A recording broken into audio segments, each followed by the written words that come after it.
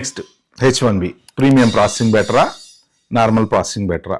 నన్ను మొన్న నాకు ఇన్స్టాలో ఒక అతను మెసేజ్ చేశారు, అన్న ఇట్లా ఆల్రెడీ మేము అప్లై చేస్తున్నాము, మా ఎవరైతే కంపెనీ ఉంటాడో ఆయన అప్లై చేశారు, ప్రీమియం ప్రాసెసింగ్కి మార్చుకోమంటున్నాడు. ప్రీమియం ప్రాసెసింగ్కి వెళ్తే మీరు డబ్బులు కట్టుకోవాలి, కంపెనీ కట్టదు, కంపెనీ జనరల్ ప్రాసెసింగే కడుతుంది.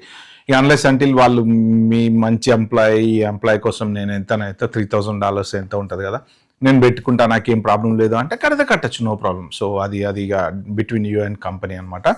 చాలామంది ఏమంటారంటే మిమ్మల్ని పెట్టుకొని కట్టుకోమంటుంటారు. అయితే ఒకటి ఏంటంటే మీరు కన్నా ప్రీమియం ప్రాసెసింగ్కి వెళ్తే మాత్రం చూసుకోండి, మీకు ఎటువంటి ప్రాబ్లమ్స్ లేవు అని అనుకుంటే ప్రీమియం ప్రాసెసింగ్కి వెళ్ళండి. ఎందుకు అంటే జనరల్గా ప్రీమియం ప్రాసెసింగ్కి వెళ్ళినవన్నీ అప్రూవ్ అవుతున్నాయి. బట్ ఒక్కవేళ కనుక మీరు సింపుల్గా జాబ్ లేకుండా మీరు పేరోల్ రన్ చేసుకుంటూ ఉంటూనో, లేకపోతే ఇలాగ ఎట్లాంటివి మీకు ఏమైనా ఇంతకుముందు ఇష్యూస్ ఉన్నాయో ఇలాంటివి ఏమైనా ఉంటే ప్రీమియం ప్రాసెసింగ్లో కనుక మీకు రిజెక్ట్ అవుతే the moment you have to leave the country.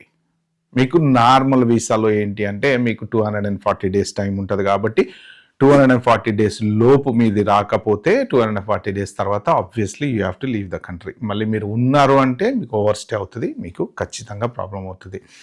So ఇప్పుడు ఆల్రెడీ రెగ్యులర్ అప్లికేషన్ ఉంది మీది, మళ్ళీ ప్రీమియం ప్రాసెసింగ్ స్విచ్ చేసుకోవచ్చా అంటే చేసుకోవచ్చు. కాకపోతే రిస్క్. అది ఎందుకు రిస్క్ అంటే ఆ డిలే ఎందుకు జరిగింది? ఫస్ట్ ఆఫ్ ఆల్ 240 days అండి. ఓకే, ఒక 4 నెలలు అయింది, మీది ఇంకా రాలేదు, అప్డేట్ కాలేదు. 5 నెలలు అయింది, అప్డేట్ కాలేదు. మీరు ప్రీమియం ప్రాసెసింగ్ స్విచ్ చేసుకున్నారు.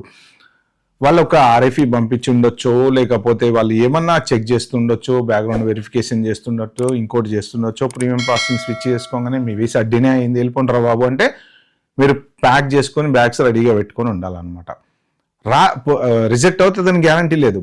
బట్ ఒకవేళ రిజెక్ట్ అవుతే మీకు you have no choice but to leave the country.